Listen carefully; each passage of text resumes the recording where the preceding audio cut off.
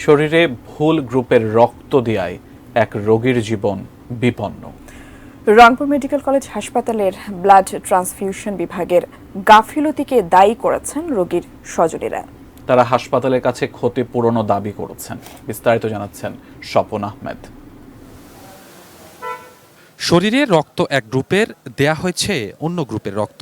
হাসপাতালের বেডে অসহ্য যন্ত্রণায় কাতরাচ্ছেন ৪৪ বছর বয়সী ফাতেমা বেগম। রংপুর মেডিকেল কলেজ হাসপাতালে জরায়ু অপারেশন করতে গিয়ে জটিল অবস্থা হয়েছে তার।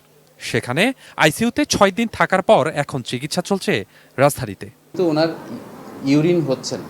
সাধারণত দেখা যায় যে যাদের এরকম মিসম্যাচ ট্রান্সমিশন খুবই রেয়ার, এখন মডার্ন টেকনোলজিতে পাওয়াই যায় না। তারপরেও এটা এরকম যদি ট্রান্সমিশন হয় সেক্ষেত্রে অনেক সময় কিডনি সাময়িকভাবে বিকল হয়ে যেতে পারে, যেটাকে আমরা বলি অ্যাকিউট কিডনি ইনজুরি।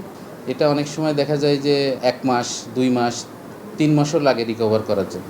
রোগীর স্বজনদের অভিযোগ, রংপুর মেডিকেল কলেজ হাসপাতালের ব্লাড ট্রান্সফিউশন বিভাগই এর জন্য দায়ী। তারা রোগীর রক্তের ভুল গ্রুপের নির্ণয় করেছে। আমাদেরকে ব্লাড ম্যানেজ করতে বলা হয় ৩ ব্যাগ। তখন আমরা এ পজিটিভ ব্লাডই ম্যানেজ করতে যাচ্ছিলাম।